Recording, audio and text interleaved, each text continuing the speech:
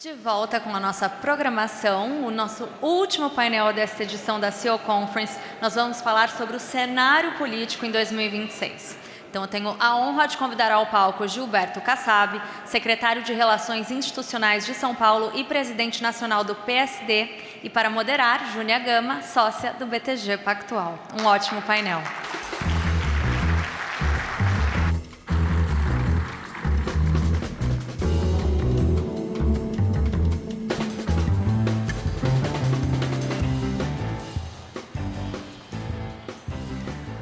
Boa tarde a todos. A gente vai agora para nosso painel de encerramento com a presença honrosa do presidente Gilberto Kassab, o presidente do maior partido do Brasil, né? São mais de 880 prefeituras, 6 governos estaduais, 47 deputados federais, 14 senadores, 3 presidenciáveis no partido. É um colosso, né?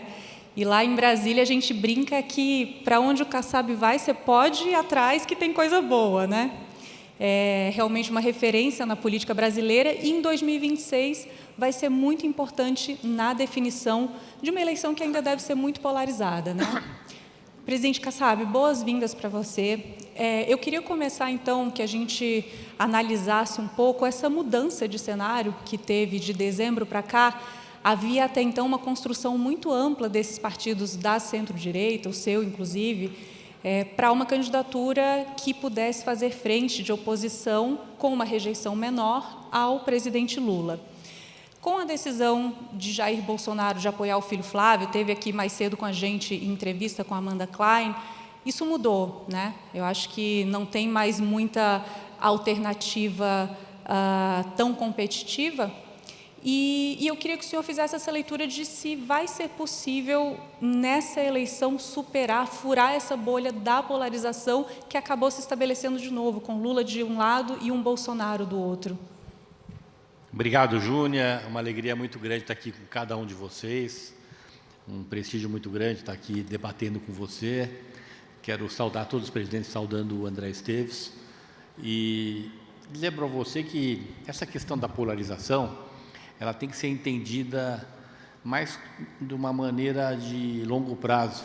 Vamos rapidamente relembrar aqui o processo da redemocratização e, ao fazer uma visualização desse processo, foram poucos os períodos em que nós não tivemos ou instabilidade política ou instabilidade econômica. Vamos relembrar lá no início, Tancredo Neves eleito presidente, morre, Sarney assume, um período de questionamento da legitimidade dele e de muita instabilidade econômica, inflação estratosférica. Encerra o governo Sarney, eleito Collor, continua a crise, presidente cassado, vem daí no final do seu governo o Plano Real e aí se inicia um período onde nós tivemos estabilidade e avanços importantes na economia, Plano Real, estabilidade inflacionária, privatizações, que foi o melhor período até os dias de hoje. Encerra o período Fernando Henrique, chega o presidente Lula, no seu início, todos nós muito entusiasmados, porque parecia que ia ser uma sequência do governo presidente Fernando Henrique Cardoso, mas não. Você percebe que ao longo dos 2 mandatos do Lula e do mandato da Dilma, ele foi se distanciando, não é, dos principais fatores que geraram a estabilidade no governo Fernando Henrique Cardoso, que trouxeram desenvolvimento para o Brasil, finalizando com a queda da presidente Dilma. Portanto, o Lula começou bem, mas devagarzinho. Já no início da Dilma já foi um período ruim e ela acabou sendo cassada. Período do presidente Temer, do qual fui ministro, estabilidade econômica, mas instabilidade política, sendo questionado o seu governo em todos os momentos. Se elege o presidente Bolsonaro e os ânimos acirrados, aquele fla-flu, não é? Nós contra eles, tensão institucional que até hoje perdura. E chegamos no dia de hoje nessa eleição. Essa polarização, ela existe porque tem 2 candidatos. Hoje tem o Flávio Bolsonaro e tem o presidente Lula. Mas eu estou entre aqueles que acreditam em pesquisa, e as pesquisas mostram que tem um universo muito grande de brasileiros que desejam uma alternativa. No momento em que você tem só 2 candidatos, a grande maioria tapa o nariz e vota no Lula, ou tapa no nariz e vota no Flávio.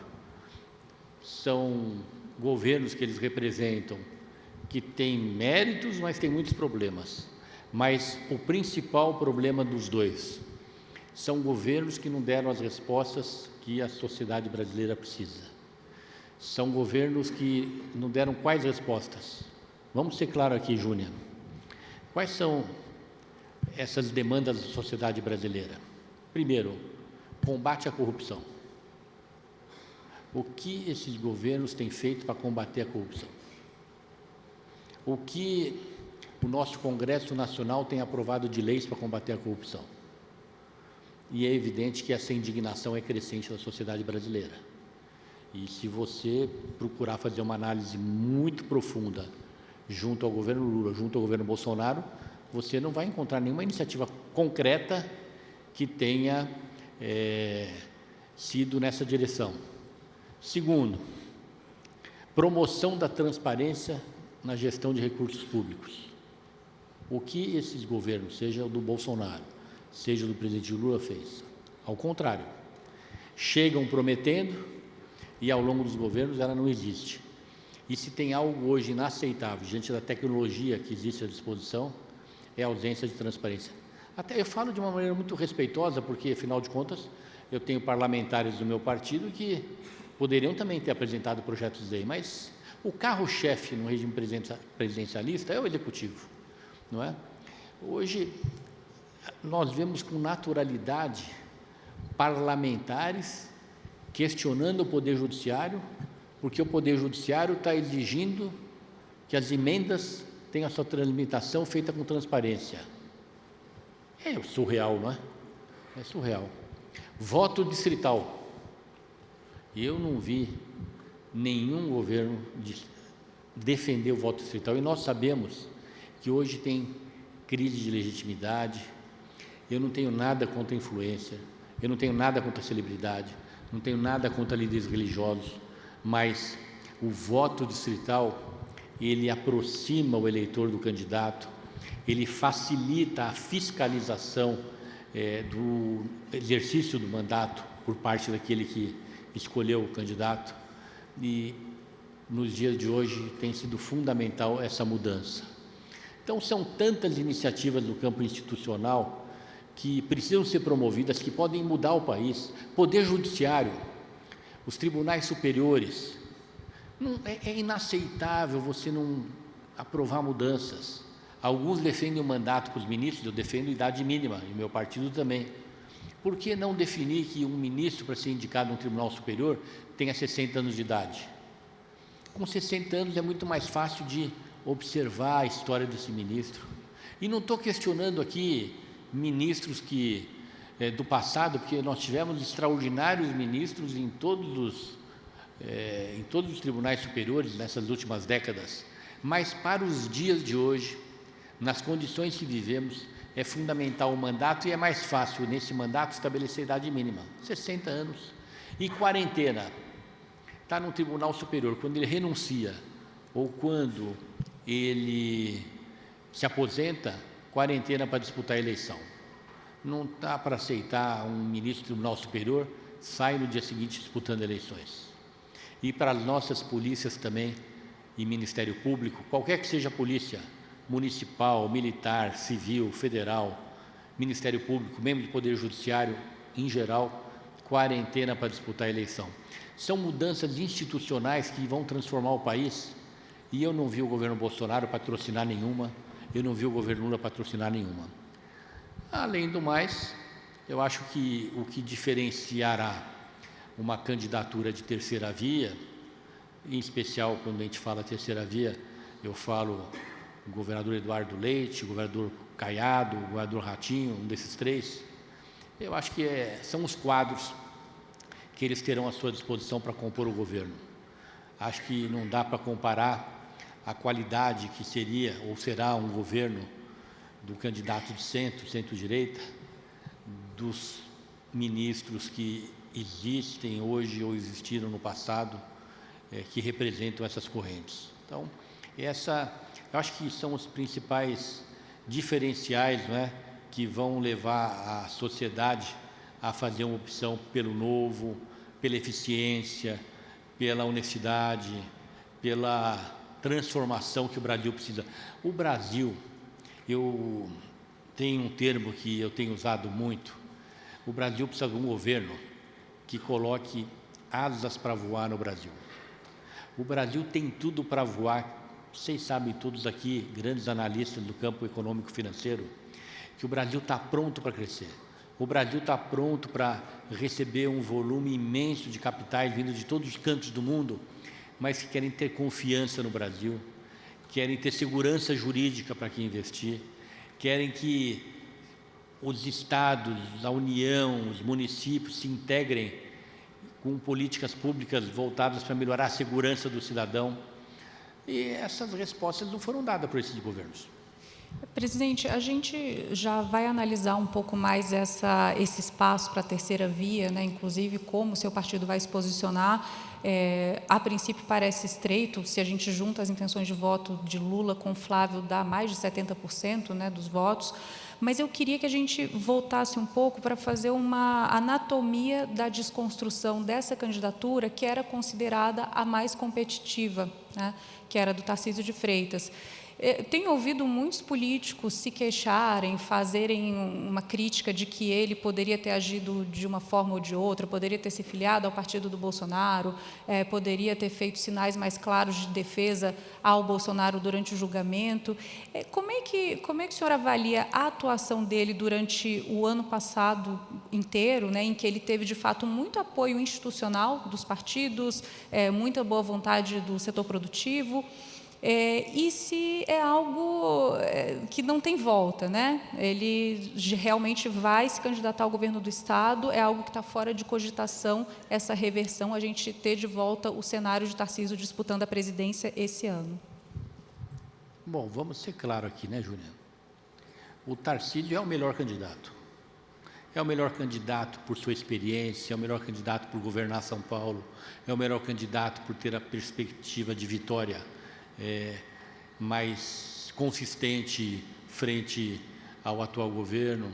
É o melhor candidato porque mostra resultados aqui em São Paulo, mostrou resultados em Brasília, e as circunstâncias o levaram a não ser candidato. Portanto, eu estou entre aqueles que, ele não sendo candidato, a gente precisa ter uma alternativa, e nós estamos construindo essa alternativa. Na sua avaliação, tem algo que o governador poderia ter feito de diferente? Não. As pessoas não podem ser candidatas de si próprias. Ele sempre se colocou como uma pessoa que estava dando prioridade à continuidade da sua gestão, mas que não descartava ser candidato. No momento em que o presidente Bolsonaro, com o PL, escolheu Flávio Bolsonaro, ele entendeu, e acho que ele agiu corretamente, que ele devia apoiar o Flávio. Afinal de contas, ele está nessa circunstância político-partidária do Flávio, e está dando apoio, e agora é disputar a reeleição para São Paulo, e vai ser uma eleição onde ele é um candidato considerado bastante favorito, né? Não tem eleição ganha, mas com grandes chances de continuar o belo trabalho que vem fazendo. E o PSD, né, com 3 presidenciáveis, bancadas relevantes na Câmara, no Senado, prefeituras, etc., tem alguma chance de não ter candidato à presidência? Seria a primeira vez que o partido, criado em 2011, teria um candidato à presidência. Nós nos esforçamos muito em 2022 para ter candidato. Conversamos naquela época com você mesmo. O Rodrigo Pacheco era nosso pré-candidato.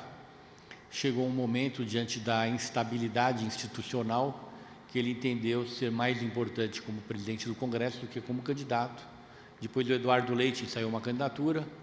Quando o Eduardo também desistiu, nós definimos não ter candidato. Porque também ter candidato por ter, nessa legislação brasileira, onde o partido ainda estava nascendo, não é? Nós acho que corretamente definimos nossa posição. Dessa eleição, não. Nessa eleição nós teremos candidato. Respondendo para você, a chance de não termos candidato é 0. Muito bem. E quem é que vai escolher o candidato, né? O Caiado foi filiado muito recentemente ao partido. Ele, no União Brasil, nutria a expectativa de ser candidato à presidência, saiu de lá por causa disso, mas, pelo que a gente viu até agora, não houve promessa nenhuma, né? Houve uma promessa de que os 3 presidenciáveis terão a oportunidade de se colocar. Mas o que vai definir? Vai ser pesquisa de intenção de voto? Vai ser quem chegou antes na fila? O que une a todos é esse sentimento de que nós precisamos apresentar para o Brasil uma proposta que chegue no segundo turno. E se nós tivermos uma dispersão de candidatos que pensam dessa maneira, nós vamos ter um segundo turno fla-flu, mesma coisa, bolsonarismo e petismo. E aqui não vamos questionar nem falar mal nem de um nem de outro. O que a gente está convencido é que o Brasil quer e precisa de uma alternativa para voltar a crescer, para voltar a ter investimento, para criar situações que dão essas respostas que eu citei agora há pouco, como fundamentais para que o Brasil se transforme. E um deles será candidato. A decisão será política, análise política. Política, quando você analisa os seus múltiplos aspectos, envolve tudo, envolve pesquisa, envolve perspectiva de vitória, envolve a definição de candidatura dos partidos outros, envolve o potencial de crescimento, não é? E na política a gente se vira e não vai ter nenhum problema, porque os 3 vão participar da decisão. Os 3 estão com uma posição muito clara, muito tranquila, compreendendo que será um dos 3. Os 3 muito entusiasmados, se apresentando, debatendo, e até 15 de abril a gente resolve essa questão. Não vai ter prévias, né? Não. As experiências de prévias de outros partidos não foram muito boas. O Ratinho Júnior, governador do Paraná, ele ensaiou ali uma candidatura, né, começou a se colocar como player nacional, mas quando cresceu a tese do Tarcísio, ele retirou um pouco o time de campo. E aí começou a surgir a tese de que ele próprio não gostaria de ser candidato à presidência, ele não teria tanto interesse, iria preferir ir para o Senado. Como é que está o ânimo dele? Porque, no final das contas, foi quem chegou primeiro nessa história, né, no partido. Ele foi o primeiro que se apresentou, foi muito inteligente, muito generoso quando o Eduardo Leite, até provocado por nós, vem para o partido e coloca a condição de presidenciável, o partido, a começar do próprio Ratinho, aceita e entende que se ele tiver melhor no momento certo, seria ele. Isso foi um gesto muito inteligente do Ratinho. E depois os 2, tanto o Eduardo Leite quanto o Ratinho, quando vem o Caiado, tem o mesmo gesto em relação ao Caiado, que venha, se tiver melhor, vamos somar com você. Isso está criando no partido uma coesão muito importante, um otimismo muito grande e que está contaminando a sociedade. Eu estou percebendo muita confiança daqueles que querem uma alternativa e estavam desanimados, acomodados, entrando na fila para votar no Lula ou no Bolsonaro, a sua grande maioria, mas resignados, entristecidos por não ver uma alternativa. O Ratinho está animado, então? Motivatíssimo. Tá bom. Eu queria falar um pouco do Caiado, né? Ele saiu do União Brasil porque lá não teve o espaço para colocar uma candidatura presidencial. Qual que foi o acordo? O que pesou nessa ida dele? Não teve nenhum compromisso de que ele vá ser o candidato do partido, até porque já tinham 2 nomes anteriores? Olha, eu conheço o Caiado há 40 anos. Ele é uma figura extraordinária, um grande líder, muito inteligente. Se o destino lhe reservar a presidência da República, será um grande presidente, experiente, firme, lutador. Ele vem para o partido para somar, convencido de que essa união de todos que poderá nos levar à vitória. O compromisso nosso é de que ele terá iguais oportunidades para se apresentar e não tem carta marcada não. Se o Caiado tiver melhor, será ele. Presidente, os demais partidos da centro-direita que estavam fazendo parte dessa composição, a gente viu ali uma certa dispersão depois da decisão do ex-presidente Bolsonaro, de apoiar o Flávio, cada um ali meio buscando uma saída. Existe a possibilidade deles se unirem em torno à candidatura que o PSD vai ter? O senhor acabou de falar que ela vai acontecer em qualquer cenário? Toda aliança é bem-vinda, Júnia, mas a gente não está trabalhando com esse cenário de aliança, não. Até porque os partidos já estão encaminhados, não é? O nosso cenário é, no máximo, aí um coligado, mas de um partido que está preparado para sozinho apresentar uma proposta, para que esse candidato possa mostrar com quem vai governar. Um partido que tem, Júnia, Ratinho, Eduardo Pimentel, Topázio, Eduardo Leite, Paulo Artung, Raquel Lira, Eduardo Braide, Otto Alencar, Antônio Brito, Domingos Neto, Mitidieri do Sergipe, que tem essa aliança em São Paulo com o Paulo Artung, que tem uma aliança muito importante com o Riedel no Mato Grosso do Sul, que tem líderes muito respeitados e muito preparados, que tem o Omar Aziz do Amazonas. É um partido que está preparado para governar o país. Certamente, tem excelentes quadros no partido. Vai ter mais um Romeu Zema, governador de Minas?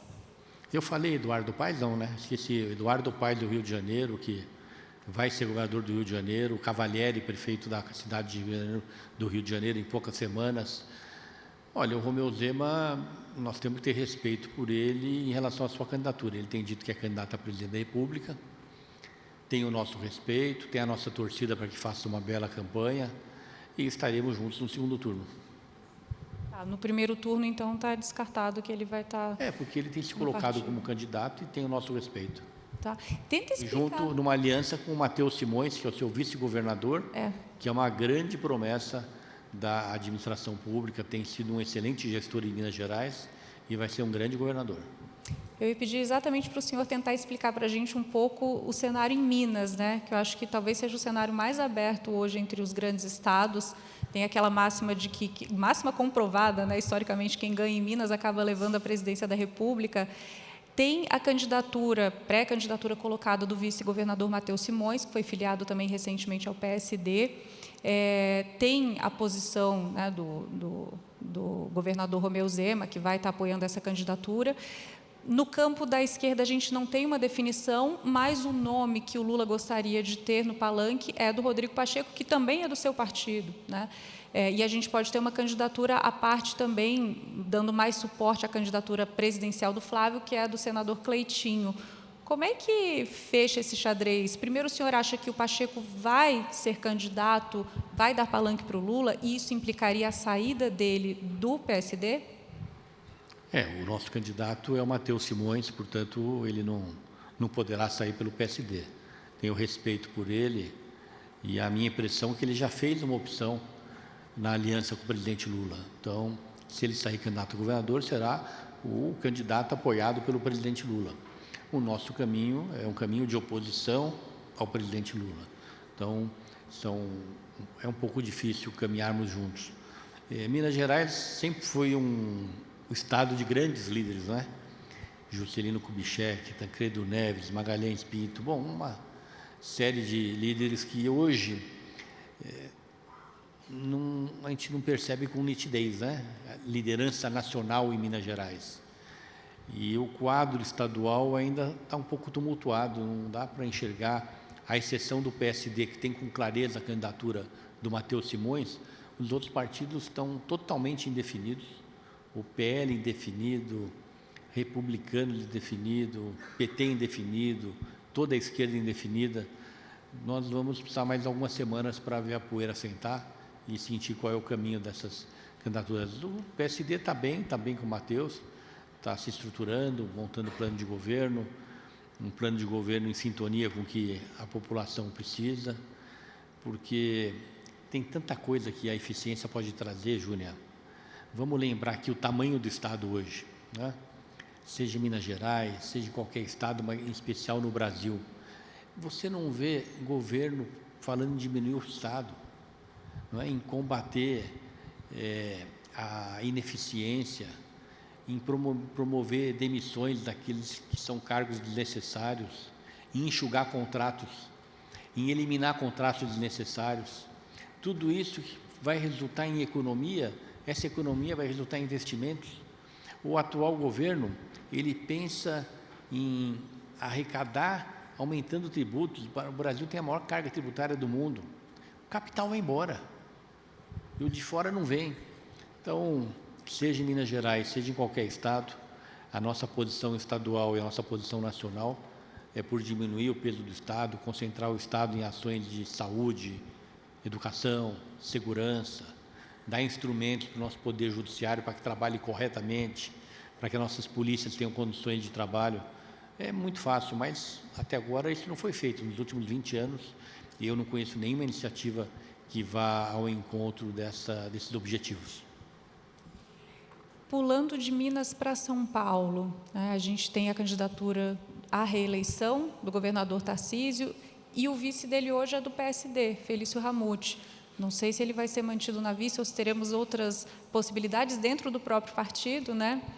O senhor sempre é citado como um nome que poderia integrar essa chapa, mas a gente sabe que o Tarcísio provavelmente vai apoiar Flávio, né? O senador Flávio esteve aqui com a gente agora há pouco e ele deixou claro que era fundamental ter esse palanque no Estado.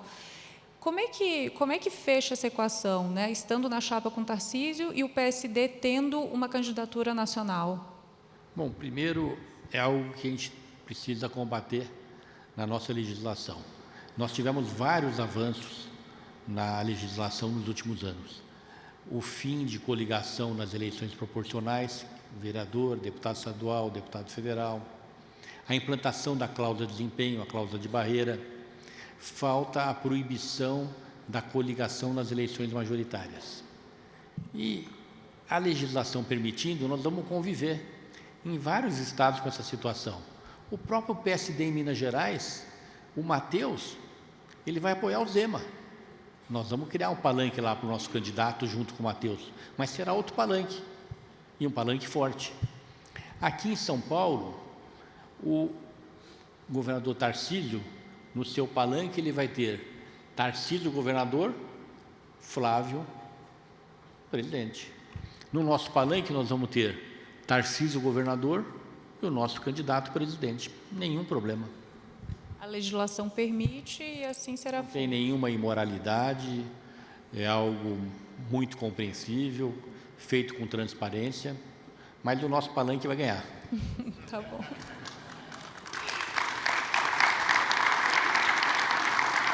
Nessa o Tarcísio vai me desculpar, mas nós vamos dar um coro nele. Essa ele vai até o final. Presidente, eu estou pensando aqui em pelo menos 5 estados em que o PSD deve dar palanque para Lula, né? A gente tem no Amazonas, tem Bahia, tem Sergipe, tem Pernambuco, Rio de Janeiro. Como é que está o seu mapa nacional de apoio de palanques do PSD? Vamos pegar o Rio de Janeiro. Nosso querido Eduardo Paes, um dos melhores prefeitos da história do Rio, e que vai se eleger governador do Rio, porque o Rio merece tê-lo como governador. Ele vai ter 3 palanques lá. Na fotografia de hoje, tudo pode mudar. Ele vai ter um palanque com o presidente Lula, porque o presidente Lula quer estar no palanque dele.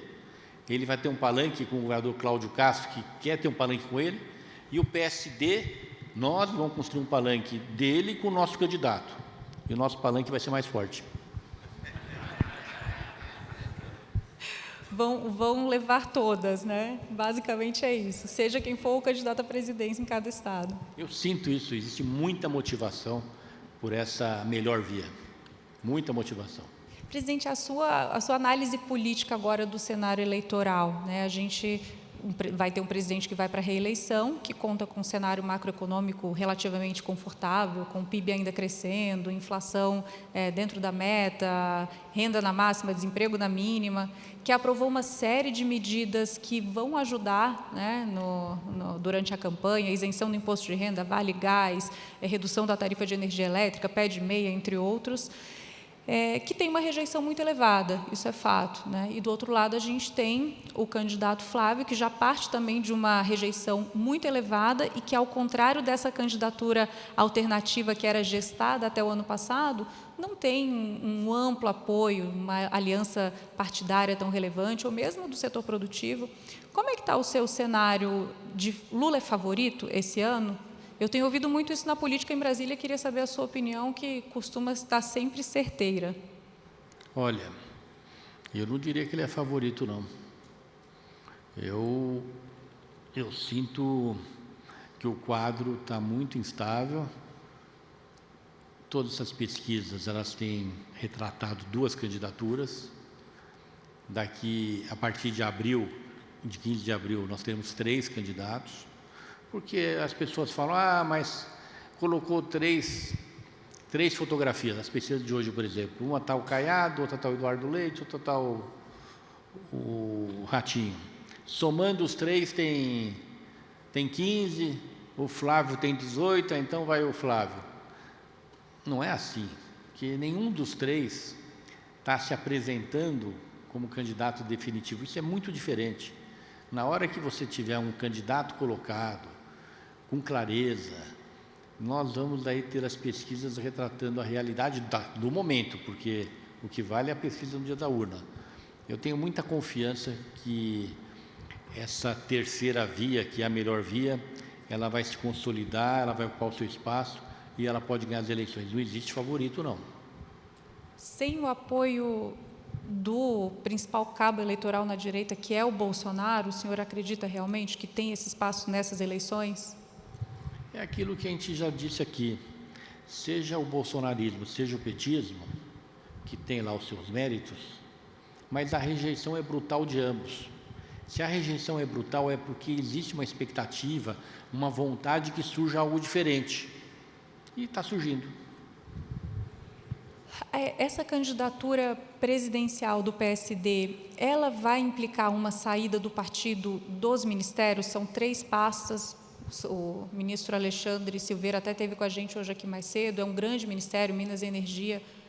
Implica essa ruptura? A gente viu a União Brasil expulsar o deputado Celso Sabino, porque ele quis permanecer no Ministério do Turismo. O PP também teve os seus problemas para afirmar uma posição realmente de oposição ao governo Lula. Isso vai acontecer também com o PSD?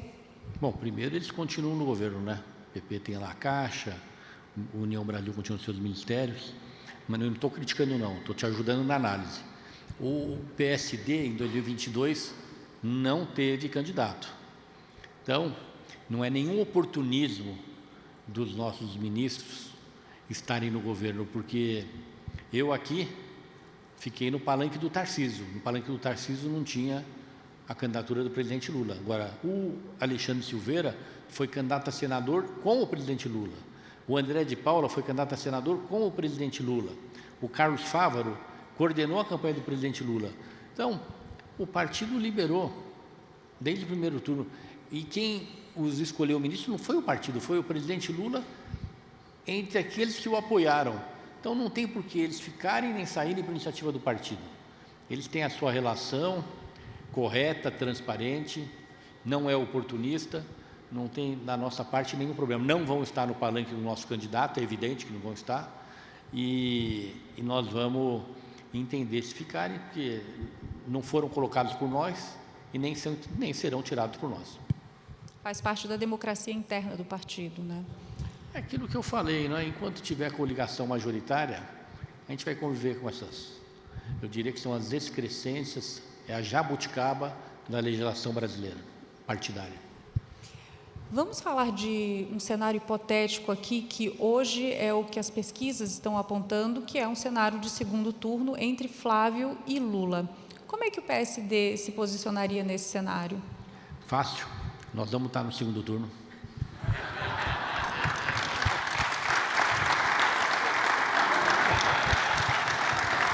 A conversa no bastidor estava melhor do que aqui, mas tudo bem.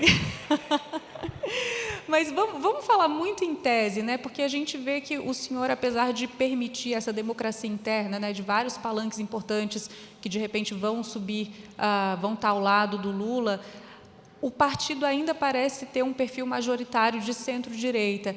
É natural que, eventualmente, não estando no segundo turno, se alie ao Flávio?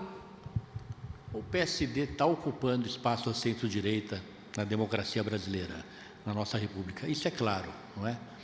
Com uma convivência importante interna, com lideranças que são de centro-esquerda. O Otto Alencar é um líder, um dos mais respeitados do Congresso Nacional, um quadro importantíssimo do partido, aliado do PT na Bahia, um quadro de centro-esquerda. E um cara muito vinculado ao partido e que jamais vai apoiar no segundo turno uma candidatura do Flávio Bolsonaro.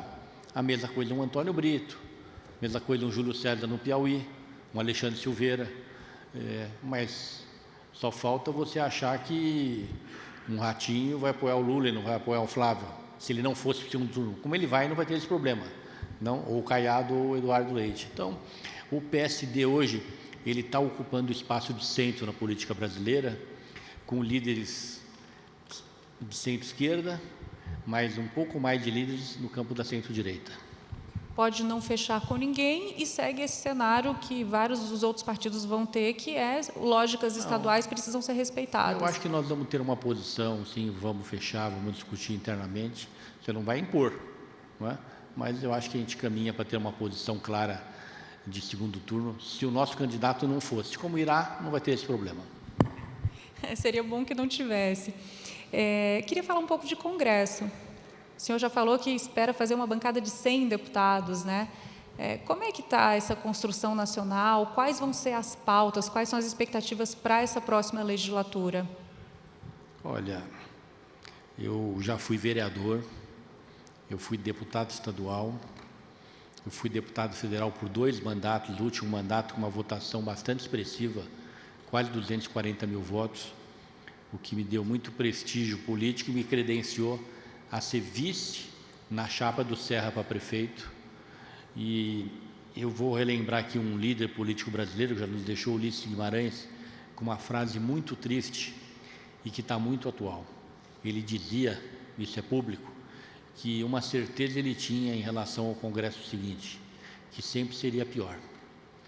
Eu falar para você, lógico que eu não estou feliz com esse Congresso. Um Congresso que não dá nenhuma resposta dessas demandas da sociedade. Um Congresso que não tem nenhuma iniciativa na promoção de políticas públicas de transparência. Um Congresso que não discute a questão do voto distrital. Um Congresso que não elimina a coligação majoritária. Um Congresso que não contribui no enfrentamento junto ao Executivo para diminuir o poder do Estado, o peso do Estado, para que sobrem recursos para investimento e que permite que investimentos sejam feitos com aumento da carga tributária. É um Congresso, é evidente que tem exceções, tenho muitos amigos lá, mas é um Congresso que não está à altura da expectativa da sociedade brasileira e que precisa ser melhorado. E o que é que vai ser tema dessas eleições, olhando para o Congresso também, né? Vai ser impeachment de ministro do Supremo no Senado, vai ser, ajuste fiscal, acho que ninguém vai querer tratar disso durante a eleição. O que vai ser a tônica dessa campanha? Vai ser muito rede social? A minha vida foi sempre de diálogo, de entendimento. Eu acho que a saída para o país, para que a gente possa encontrar a solução de todas as nossas crises institucionais, dos nossos problemas, é na política. E é na política melhorando a qualidade do Congresso, promovendo uma emancipação. O Congresso precisa se impor, o Congresso, isso não significa que o Congresso precisa enfrentar o Judiciário, que precisa enfrentar o Executivo. Na medida em que o Congresso se imponha, que a qualidade dos parlamentares melhore, nós vamos ver que as demais instituições vão respeitar mais o nosso Congresso e a nossa República vai melhorar. O senhor acha que esse tema do Banco Master, que tem tomado conta do noticiário em Brasília, ele vai fazer alguma diferença nessas eleições? Ele pode favorecer ou prejudicar alguém? Olha, o que eu posso dizer a você é que eu tenho acesso a muitas pesquisas, como vocês também. Diariamente eu pesquiso tudo quanto é canto do país. E nas últimas semanas, como demanda da sociedade, preocupação prioritária da sociedade, começou a crescer muito a preocupação com a corrupção. E isso tem muito a ver com os últimos escândalos que surgiram no país nos últimos tempos. Segurança pública vai ser um grande tema e nisso a gente sabe que é uma vulnerabilidade muito grande do PT, do presidente Lula. Isso vai pesar também nessa campanha? É importante, não é? Porque quem é que não tem uma pessoa próxima, parente, amigo, colega de trabalho, que não foi vítima de segurança, de um assalto, né? Ou de algo pior? Então, a segurança vai ser tema relevante, sim. Segurança é algo que, no plano de governo, qualquer candidato vai ter que dar um tratamento muito especial. Precisa ter investimento em tecnologia. A tecnologia é a maior aliada no combate da falta de segurança. Essa PEC da segurança pública que o governo quer votar, ela pode ser algum divisor de águas nesse sentido, a ponto até de mudar o cenário no curto prazo? Mas tem um impasse, né? E está havendo muita má vontade do governo para que possa promover um diálogo melhor, para que tenha uma solução consensual, para que seja votada, porque é fundamental que a gente mude a legislação.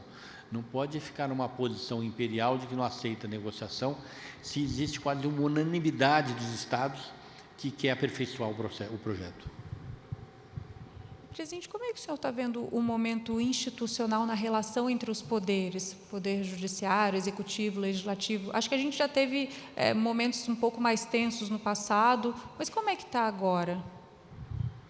A tensão e a fragilidade é por conta de um Congresso que não está sabendo se impor. Se impor não é esse discurso fácil, não, de caçar, de enfrentamento, nada disso. Na hora que o Congresso souber se impor, as coisas vão melhorar, as relações vão melhorar, as instituições vão saber ter uma melhor convivência, e eu tenho certeza que a qualidade dos trabalhos também vai ter um resultado positivo. Evento CEO Conference, a gente não pode deixar de falar de ajuste fiscal, né? O senhor acha que esse vai ser um tema forte? O senhor tem uma proposta no PSD? Isso vai ser colocado durante a campanha? Ou, por ser também um tema impopular, depois a gente vê o que faz? Não, não é impopular, não. Porque ninguém é contra programa social.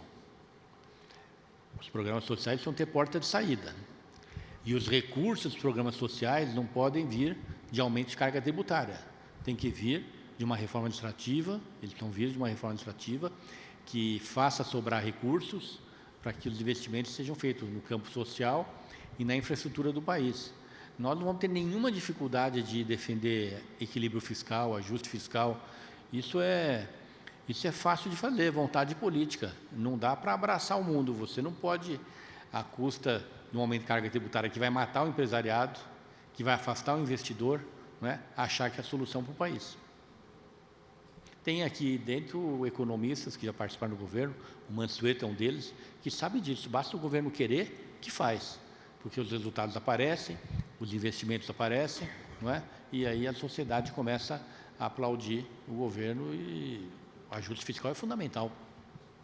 Não parece ser um tema das duas principais campanhas, então o PSD trazendo esse assunto para o debate público seria muito relevante também, né? A gente aumenta o nível da discussão. Sim, programas sociais, está ao lado dos pobres, está ao lado daqueles que mais precisam da mão forte do Estado, não pode ser uma exclusividade do PT. E não é? Será também uma prioridade nossa. É uma questão de saber como obter os recursos e é fácil, é ajuste administrativo, diminuição do Estado, reforma administrativa. E a reforma administrativa não é só para isso, não.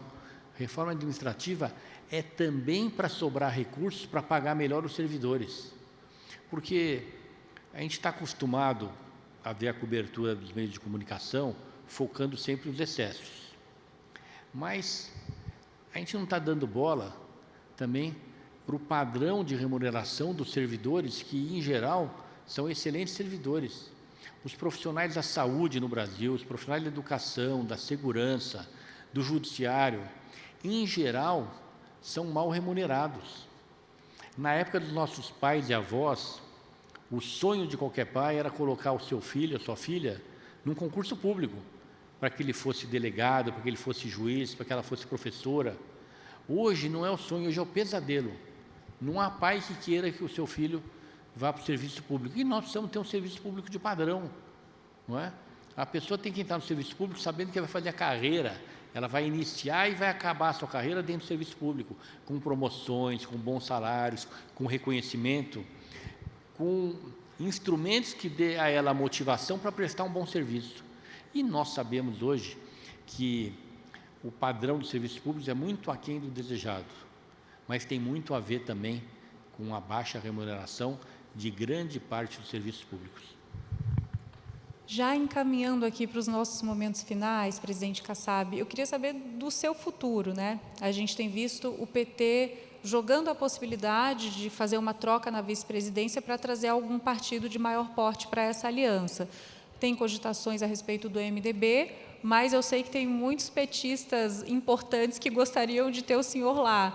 Existe alguma possibilidade disso acontecer? Estão valorizando o meu passe só, porque o meu lado é o de cá. Nenhuma chance, então. Chapa Lula-Kassab não vai existir. Falar de uma maneira respeitosa, né? Porque se alguém está fazendo essa reflexão, eu fico reconhecido, grato, não deixa de ser um reconhecimento, mas na vida a gente precisa ter coerência. E eu sempre tive muita coerência nas posições que eu tive, e o meu lado é, junto com o meu partido, na construção de um projeto para o Brasil, de uma alternativa para o Brasil, que mostre para a sociedade brasileira que o caminho não é continuar essa polarização, que o caminho é das respostas que o Brasil precisa, que o caminho é que o Brasil seja governado por quadros públicos que já tenham sido testados, que já tenham sido aprovados, bons governadores, bons ministros, jovens, mulheres, que possam dar sua contribuição para o Brasil. Nós podemos melhorar muito a qualidade do governo brasileiro. Nós temos excelentes quadros que podem compor um excelente governo e que nos últimos anos não têm sido aproveitados. E o senhor disputa alguma eleição esse ano? Eu disse agora há pouco, né, eu disputei muitas eleições. Gosto de disputar eleições, acho que poucos na minha idade disputaram tantas eleições e foram vitoriosos. Ganhei e perdi, mas ganhei como vereador, deputado estadual, presidente federal, prefeito de São Paulo, me reelegi. Então, eu estou preparado. Se surgir circunstância para disputar eleições, não tenho nenhum problema, ao contrário, muita motivação. Mas não estou trabalhando para ser candidato a nada. Fazendo aqui, para encerrar, um exercício de olhar para o futuro, né? Essas eleições, enfim, eu sei que existe sempre uma esperança da gente conseguir furar a polarização, mas parece, as pesquisas apontam para um cenário mais cristalizado, né? Olhando para 2030, tem uma certeza de que o Lula não será mais um player eleitoral, né? Pelo menos não vai ser mais candidato à presidência da República. Não existe uma liderança clara no campo da esquerda para sucedê-lo, ainda vai ser forjada, certamente, mas não está colocada. Jair Bolsonaro não será candidato ainda, né? Permanecerá inelegível. O filho Flávio, enfim, a gente tem que ver como é que vai ser o desdobramento de agora, mas não se sabe que força esse campo político, que do ponto de vista partidário fica isolado, vai ter. Como é que o senhor imagina 2030? É aí que se abre, de fato, essa avenida para a terceira via? Aí que pode acontecer uma candidatura Ratinho como a favorita? 4 anos é muito tempo. Vamos aqui fazer uma avaliação. Há 4 anos atrás, não existia Tarcísio, não existia Raquel Lira, não existia Cavalieri, que vai ser prefeito do Rio de Janeiro daqui a algumas semanas, não existia Eduardo Pimentel, prefeito de Curitiba, não é? Então, as coisas mudam, não é? 4 anos é muito tempo. Você dizer que a esquerda não vai ter um bom candidato daqui a 4 anos, se o Lula ganhar, não dá para afirmar isso. Dizer que a direita, ou a centro-direita, vai ter dificuldade ou facilidade porque o Lula vai fazer um mau governo, ou vice-versa, não é muito difícil. Eu acho que a análise política ela é diária. O que eu posso lhe afirmar que esse campo da centro-direita, o campo do centro, ele está com excelentes quadros na gestão e na administração pública, excelentes, aqueles que eu citei agora há pouco, preparadíssimos, vários deles para governar o país, mas enxergar aquele que vai estar mais bem preparado é muito difícil, né? 4 anos acontece tanta coisa. E no próximo mandato, vamos fazer aqui um cenário prospectivo, no caso de continuidade, de alternância para a direita, de alternância para o centro. O que o senhor imagina de cenários em caso de vitória de cada um desses campos? Eu acredito que se nós vencermos as eleições, nós vamos ter um projeto para o país que vai fazer o país viver talvez 2, 3 décadas de muito investimento, de muito entusiasmo, de muita confiança. Por quê? Primeiro porque eu acho que nós temos as melhores propostas no campo da reforma das instituições, da Constituição e nas medidas econômicas. Depois, pelos quadros que nós vamos oferecer ao Brasil para governar o Brasil junto com o presidente eleito. E é evidente que tudo isso vai gerar muita confiança. Essa confiança traz recursos, traz investimentos, traz mudanças na infraestrutura do país, na qualidade do serviço público de saúde, de educação, o que vai nos permitir efetivamente caminhar para anos de muito crescimento econômico, com muita segurança. Não posso dizer o mesmo se a esquerda ganhar as eleições, até porque se eu falasse o mesmo, eu apoiaria a candidatura do presidente Lula.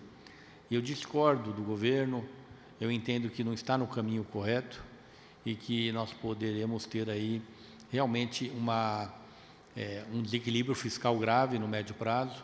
Esse desequilíbrio vai realmente trazer instabilidade para o país, vai bloquear o nosso crescimento, isso vai gerar instabilidade social e os índices de crescimento do país vão ficar estagnados e isso vai ser muito negativo para o país. Bom, obrigada, presidente Gilberto Kassab, pela sua contribuição aqui, encerrando os painéis da CEO Conference. Boa sorte aí nesse ano mais do que quente, nessa corrida eleitoral. Eu que agradeço e cumprimento vocês pelo painel.